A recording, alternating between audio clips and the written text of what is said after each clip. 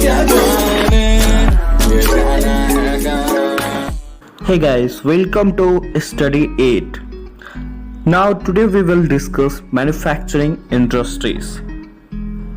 This is a revision video for you guys. So now first of all we have to understand what is manufacturing. The production of goods in large quantities after processing from raw material to finished valuable product is called manufacturing. इसका कहने का मतलब ये होता है कि किसी भी रॉ मटेरियल को जब हम एक वैल्यूएबल प्रोडक्ट के अंदर बदल देते हैं तो उस प्रोसेस को हम लोग मैन्युफैक्चरिंग कहते हैं। मैन्युफैक्चरिंग में सेकेंडरी सेक्टर होता है क्योंकि प्राइमरी सेक्टर एग्रीकल्चर होता है और सेकेंडरी सेक्टर हमारा मैन्युफैक्चरिंग और इंडस्ट्रियल सेक्टर होता है, जो कि हमने फर्स्ट चैप्टर में डिस्कस किया था। अब आगे देखते हैं तो किसी भी कंट्री का जो इकोनॉमिक स्ट्रेंथ होता है वो हम लोग डेवलपमेंट ऑफ मैन्युफैक्चरिंग इंडस्ट्री से पता लगा सकते हैं। अगर किसी भी कंट्री का जो मैन्युफैक्चरिंग इंडस्ट्रीज है अगर वो डेवलप्ड है तो उस कंट्री का जो इकोनॉमिक स्ट्रेंथ होगा वो भी ज्यादा होगा। अब देखते हैं industries and agriculture. They move on hand in hand. कहने का मतलब क्या होता है, they are moving hand in hand, मतलब वो लोग एक दूसरे के साथ साथ चलते हैं। कहने का मतलब इंडस्ट्री इनहेंस एग्रीकल्चर। जैसे इंडस्ट्री में हम लोगों ने किसी भी टूल्स को बनाया जो कि हमारे एग्रीकल्चर में हेल्प कर रहा है, तो ये एग्रीकल्चर को इनहेंस कर रहा है। कौन इनहेंस कर रहा है? इंडस्ट्रीज इनहेंस कर रहा है। अब raw material for industry come from agriculture. अब ये था कि इंडस्ट्री एग्रीकल्चर को हेल्प कर रहा था और ये है कि एग्रीकल्चर इंडस्ट्रीज को हेल्प कर रहा है रॉ मटेरियल प्रोवाइड कर कर। तो दे आर बोथ इंटरकनेक्टेड और इंटरडिपेंडेंट। अब contribution of industry in national economy. Manufacturing sector had a share of 17% in GDP. जो मैन्युफैक्चरिंग सेक्टर होती है वो हमारे जीडीपी में 17% का योगदान दे रही है। NMCC has set up by the government to improve productivity of manufacturing industry. ये गवर्नमेंट की तरफ से एक काउंसिल को सेटअप किया गया है जो कि मैन्युफैक्चरिंग इंडस्ट्री का प्रोडक्टिविटी को बढ़ाएगी। A factor deciding ideal location of an industry. अब कौन से फैक्टर पे किसी भी इंडस्ट्री का लोकेशन होता है? तो फर्स्ट है cost of obtaining raw material at the site. अब कहने का मतलब कोई जगह अगर हम यहाँ पे इंडस्ट्री बैठा रहे हैं, अगर यहाँ पे रॉ मटेरियल सस्ता पड़ रहा है तो ये जगह अच्छे रहेगा, हम लोगों के लिए बेस्ट रहेगा। Cost of production at site, और जो प्रोडक्शन का पूरा कॉस्ट है वो भी हम लोग देखते हैं। ये सब फैक्टर्स है जिसपे हम लोग लोकेशन डिसाइड करते हैं। Decision of locating factory eight site. Decision cost of distribution of product. अब जो प्रोडक्शन हुआ है उसको डिस्ट्रीब्यूशन करने में कितना कॉस्ट लगे, ये सब फैक्टर पे डिपेंड करता है। अब आगे बढ़ते हैं, क्लासिफिकेशन ऑफ इंडस्ट्री पे चलते हैं। The based on source of raw material. Raw material पे अर्गो बेस्ड इंडस्ट्री दैट इज जो कि एग्रीकल्चर से रिलेटेड होता है, और एक मिनरल बेस्ड इंडस्ट्री जो कि मिनरल से रिलेटेड होता है। एग्रीकल्चर में कॉटन, टी, सिल्क हो गया, और मिनरल में सीमेंट, आयरन, पेट्रोकेमिकल्स हो गया। अब एक और होता है on the basis of main role, जैसे कि बेसिक और की इंडस्ट्री, आयरन, स्टील, कॉपर, ये सब बेसिक हो गया। और एक कंज्यूमर इंडस्ट्री जो कि हम लोग कंज्यूम करते हैं, आयरन, फैन, शुगर, टूथपेस्ट, और ये बेसिक हो गया। और एक है on the basis of capital investment, यानी कितना इन्वेस्टमेंट हम लोग कर रहे हैं। जैसे एक स्मॉल स्केल इंडस्ट्री होती है जिसमें हम लोग 1 करोड़ से कम पैसा इन्वेस्टमेंट जो होता है वो 1 करोड़ से कम होता है। एक लार्ज स्केल इंडस्ट्री होती है जिसमें इन्वेस्टमेंट मोर देन 1 करोड़ होता है। फिर industries on the based of ownership पे पब्लिक सेक्टर, प्राइवेट सेक्टर का हो गया, फिर जॉइंट सेक्टर का हो गया और कोऑपरेटिव सेक्टर का हो गया। जैसे पब्लिक सेक्टर का क्या होगा, भेल और सेल, प्राइवेट सेक्टर का TISCO, Bajaj, joint sector oil, cooperative sector Amul. तो ये सब होता है, इसको भी हम लोग आगे डिस्कस करेंगे। पब्लिक जो कि गवर्नमेंट का हो, प्राइवेट जो कि एक इंडिविजुअल का हो, जॉइंट जहां प्राइवेट, पब्लिक और प्राइवेट आपस में मिलकर कोई बैठा रहा है, कोऑपरेटिव जहां पे कोई हेड ना हो, वहां पे बहुत सारे मेंबर्स हो, आप भी वहां के बन सकते हैं मेंबर्स। तो ये होते हैं। अब आगे देखते हैं, बेस्ड ऑन बल्क और weight of raw material and finish good heavy industry, iron steel, ये हैवी होती है आयरन स्टील। लाइट इंडस्ट्री जैसे इलेक्ट्रिकल इंडस्ट्री, तो यहाँ के जो रॉ मटेरियल वो भी हैवी है और जो फिनिश गुड है वो भी हैवी, इसलिए हैवी इंडस्ट्री और लाइट इंडस्ट्री। अब देखते हैं अर्गो बेस्ड इंडस्ट्री में, तो फर्स्ट आता है टेक्सटाइल इंडस्ट्री। टेक्सटाइल इंडस्ट्री जो होता है वो 14% एम्प्लॉयमेंट को जनरेट करता है। It contribute significantly in the foreign exchange earning, ये फॉरेन ट्रेडिंग में भी हेल्प करता है और इसका जीडीपी का जो कंट्रीब्यूट है वो 4%। और ये सेल्फ रिलायंट इंडस्ट्री होती है, यानी हम लोग खुद कर सकते हैं सब चीज। आगे बढ़ते हैं cotton textile. The cotton textile industry, the first cotton mill was set up is 1854 in Mumbai. There are about 1966 cotton mills in India. Okay. In the early years, mills were concentrated in Maharashtra and Gujarat. अब क्या था, जब हम लोग पहले की बात करें तो सिर्फ महाराष्ट्र और गुजरात में ही हमारे पास मिल्स वगैरह होती थी, लेकिन अब तो 1946 इतने सारे कॉटन मिल हो गए हैं इंडिया के अंदर। और ये जो इंडस्ट्री है ना, कॉटन इंडस्ट्री, ये फार्मर के लिए एम्प्लॉयमेंट भी जनरेट करती है, क्योंकि कॉटन फार्मर एग्रीकल्चर पे ही होगा, उस पे ही ये बेस करेगा। It is also support other industry like chemical and dye industry. Obviously cotton industry सबको हेल्प करेगी, क्योंकि वो लोग कॉटन से फिर कपड़ा बनाएंगे। The hand spun khadi provide a large scale employment to weavers. अब जो हाथ से जो कपड़े बनाते हैं, हैंड स्पून खादी जो होते हैं ना, वो बहुत सारे एम्प्लॉयमेंट को जनरेट करते हैं। अब आगे देखते हैं trade of cotton. India export yarn to Japan. India है जो जापान यार्न को जापान में ये बोलते हैं एक्सपोर्ट करता है। Other cotton goods are exported to US, UK, रूस, फ्रांस एक्सेट्रा। और जितने भी अलग अलग जितने भी गुड्स होते हैं कॉटन के, वो भी यूएसए और यूके वगैरह में एक्सपोर्ट किए जाते हैं। India has the second largest capacity of handlooms. Bharat के पास वर्ल्ड में सेकेंड प्लेस पे है कैपेसिटी ऑफ हैंडलूम के मामले में। We have the largest share in the world in the trade of cotton yarn. और हम लोग के पास लार्जेस्ट शेयर है किस में? वर्ल्ड के ट्रेड ऑफ कॉटन यार्न में। आगे बढ़ते हैं challenges faced by cotton textile industry. अब चैलेंजेस क्या फेस करने पड़ते हैं? Our spinning mills are not global level. जो हमारे पास मिल है वो उतने अच्छे, उतने डेवलप्ड नहीं है। We export most our good quality yarn, thus India weavers get low quality है। अब क्या होता है कि हम लोग जो जितने अच्छे अच्छे हम लोग यार्न प्रोड्यूस करते हैं उसको एक्सपोर्ट कर देते हैं, तो इंडिया में बहुत कम बच जाता है और कुछ लो क्वालिटी के बच जाते हैं। Most of the production is in the fragmented small units which cater to local markets। अब क्या होता है ना, ये जो प्रोडक्शन होता है वो छोटे छोटे स्केल्स पे होता है, जो कि लोकल मार्केट में ही रह जाते हैं। हमारे जो ग्लोबल मार्केट में आते हैं वो नहीं आ पाते हैं। अब देखते हैं why we need to import fabric. हमें फैब्रिक को क्यों इम्पोर्ट करना चाहिए? Because in our country there is less output of labour. हमारे यहाँ लेबर का आउटपुट बहुत कम है।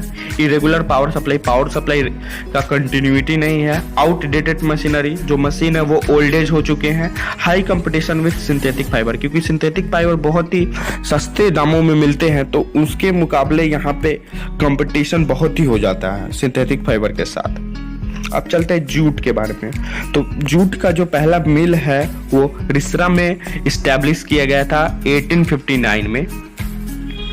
India is the largest producer of raw jute and jute good.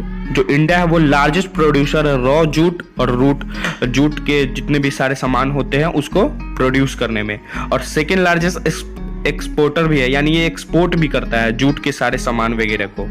Mills are located in West Bengal mainly along the bank of Hooghly river. और ये जो jute के जो मिल्स होते हैं ना वो मेनली वेस्ट बंगाल में कंसंट्रेटेड है, हुगली रिवर के आसपास। अब देखते हैं factor responsible for location of Hooghly basin. अब क्या क्या फैक्टर है?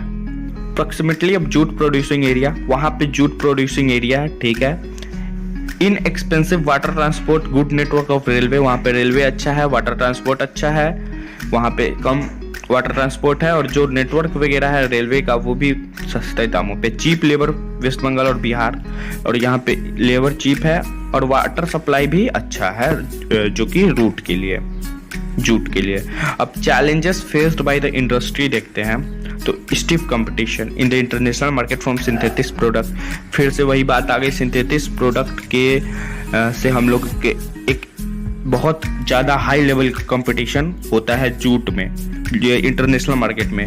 Competition from other jute producing countries like Brazil, Bangladesh, अब अलग अलग देश भी जूट प्रोड्यूस करते, उससे भी कंपटीशन हमारा बढ़ जाता है।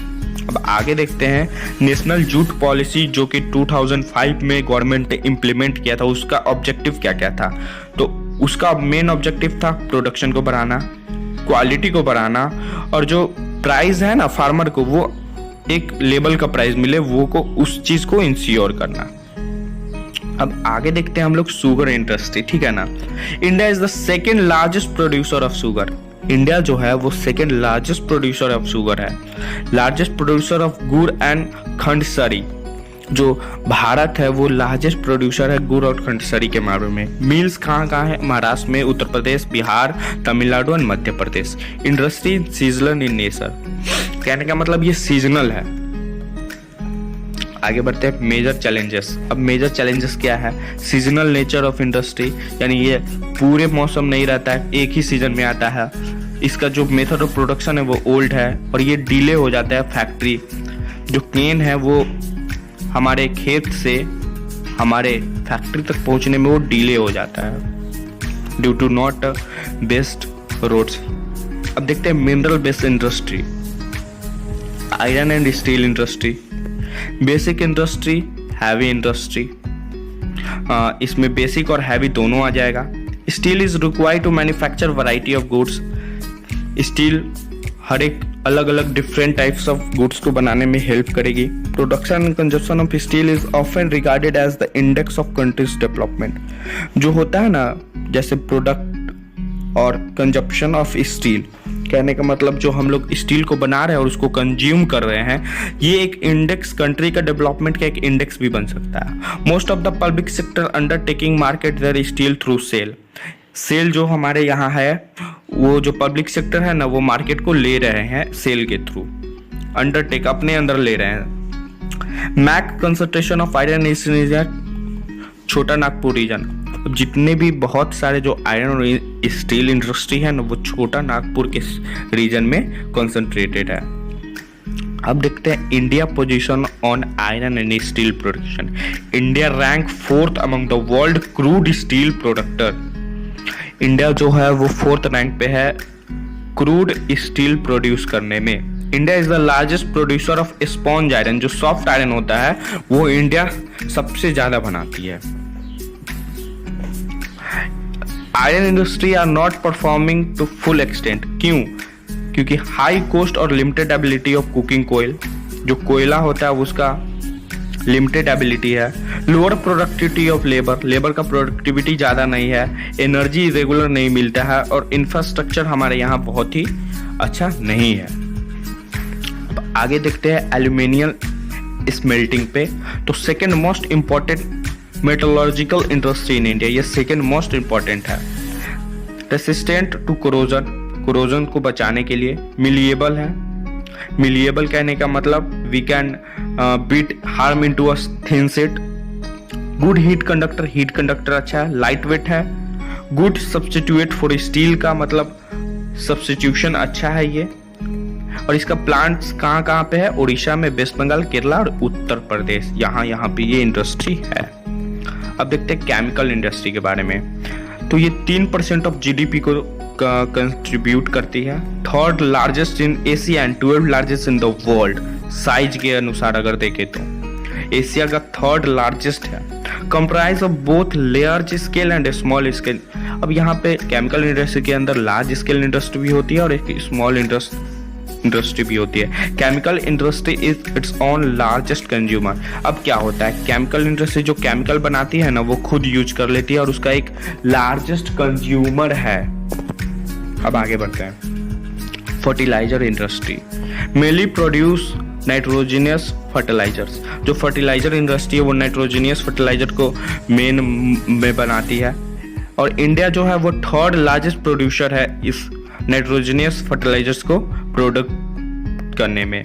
India industries are in Gujarat, Tamil Nadu, Uttar Pradesh and Punjab. तो इसका जो फर्टिलाइजर इंडस्ट्री, इसका इंडस्ट्री कहाँ है? गुजरात में, तमिलनाडु, उत्तर प्रदेश एंड पंजाब में। अब आगे बढ़ते हैं तो सीमेंट इंडस्ट्री देखते हैं। तो सीमेंट इंडस्ट्री क्या है? Essential for construction of activities, construction में ये हेल्प करती है। Require heavy and bulky raw material, इसको जो रॉ मटेरियल वो हैवी और बल्की चाहिए। Plant are mainly located in Gujarat में, इसका ज़्यादा प्लांट है। First plant was set up in Chennai in 1904। तो जो फर्स्ट सीमेंट इंडस्ट्री है वो 1904 में चेन्नई में प्लांट किया गया था। और first industry is doing well in term of production as well as export. और जो इंडस्ट्री है ना, ये जो सीमेंट इंडस्ट्री है, इसका प्रोडक्शन भी अच्छा है और एक्सपोर्ट भी अच्छा है। अब आगे बढ़ते हैं। Automobile industry provide vehicle for quick transportation, ये व्हीकल देगी। The rapid growth of industry are seen after liberalisation, जब लिबरलाइजेशन हुआ उसके बाद इसका ग्रोथ दिखा हम लोग को। इसका located in Delhi, Gurgaon, Mumbai, Pune and Chennai. इसका जो इंडस्ट्री है वो दिल्ली, गुड़गांव, मुंबई, पुणे एंड चेन्नई में मिल जाएगा आपको। अब देखते हैं आईटी इंडस्ट्री के बारे में। It is generating a good amount of employment. IT industry बहुत ही अच्छा अमाउंट में एम्प्लॉयमेंट को जनरेट कर रही है। 30% एम्प्लॉय आर वुमेन, यहाँ पे 30% महिलाएं हैं। Bangalore is the electronic capital of India, जो कि बैंगलोर को इलेक्ट्रॉनिक कैपिटल ऑफ इंडिया बोलते हैं। अदर इंपॉर्टेंट सेंटर मुंबई और दिल्ली और चेन्नई ले लीजिए। अब आगे बढ़ते हैं तो industrial pollution and environmental degradation. Industrial pollution and environmental degradation पे अब चर्चा करते हैं। तो these industry increase pollution on land, water, air, noise, this result in degradation of environment. अब क्या होता है, जो इतने सारे इंडस्ट्री है इससे पॉल्यूशन भी इंक्रीज होती है, और पॉल्यूशन जब इंक्रीज होती है तो वो इन्वायरमेंट को हार्म करता है। तो देखिए types of environment pollution, types of pollution, air pollution, water pollution, thermal pollution and noise pollution। तो अब सबसे पहले air pollution को देखते हैं। तो due to the presence of high proportion of undesirable gases like sulfur dioxide and carbon monoxide। तो air pollution क्यों हो रहा है? क्योंकि हमारे आसपास बहुत सारे ऐसे गैस हैं जो कि बहुत ही अच्छे नहीं होते और वो पॉल्यूट हमारे इन्वायरमेंट को पॉल्यूट करते हैं, जैसे सल्फर डाइऑक्साइड और carbon monoxide. Smoke is produce by, और इंडस्ट्री से जो स्मोक आता है, इंडस्ट्री से जो स्मोक प्रोड्यूस होता है वो भी एयर पोल्यूशन का एक कारण बनता है। आगे बढ़ते हैं तो इसको कैसे कंट्रोल कर सकते हैं? Step to control. तो smoke can be reduce by using oil and gas instead of coal in factory. जो फैक्ट्री में हम लोग कोयल को यूज करते हैं उसके जगह पे हम लोग कोई भी गैस को या फिर कोई भी तेल को यूज कर सकते हैं। तो वहाँ पे जो हमारा एयर पोल्यूशन है उसको रिड्यूस किया जा सकता है। वाटर पोल्यूशन को देखते हैं तो ऑर्गेनिक और इनऑर्गेनिक इंडस्ट्रियल वेस्ट के कारण ये एयर वाटर पोल्यूशन होता है। और ये क्या करता है ना, रिवर के जो इंडस्ट्री होती है, जो बैंक ऑफ रिवर्स पे होती है, वो रिवर को गंदा कर देती है, पॉल्यूट दी रिवर्स, जिससे क्या होता है हमारे इन्वायरमेंट को हार्म होता है। अब देखते हैं इसको कंट्रोल कैसे किया जाए। तो minimising the water flow processing by recycling and reusing. तो हम लोग जो वेस्ट आ रहा है उसको हम लोग रीयूज कर सकते हैं या फिर उसको रिसाइकिल करके रीयूज कर सकते हैं। थर्मल पोल्यूशन के बारे में देखते हैं। अब ये कब होता है? जब एक hot water factory are release into river and pond. कहने का मतलब जब कोई भी फैक्ट्री से गर्म पानी डायरेक्टली रिवर या पॉन्ड में छोड़ दिया जाता है तब एक थर्मल पॉल्यूशन होता है। अब इसको कैसे कर सकते हैं? तो उसके लिए सबसे पहले जो हम लोग हॉट वाटर रिलीज कर रहे हैं रिवर या फिर कोई भी पॉन्ड में, उससे पहले उस वाटर को हम लोग ट्रीट करेंगे, उसके बाद रिलीज कर सकते हैं। अब देखते हैं नॉइज पॉल्यूशन। तो noise pollution cause due to the industrial and construction activity. अब नॉइज पॉल्यूशन इंडस्ट्रियल और कंस्ट्रक्शन एक्टिविटीज के कारण होता है।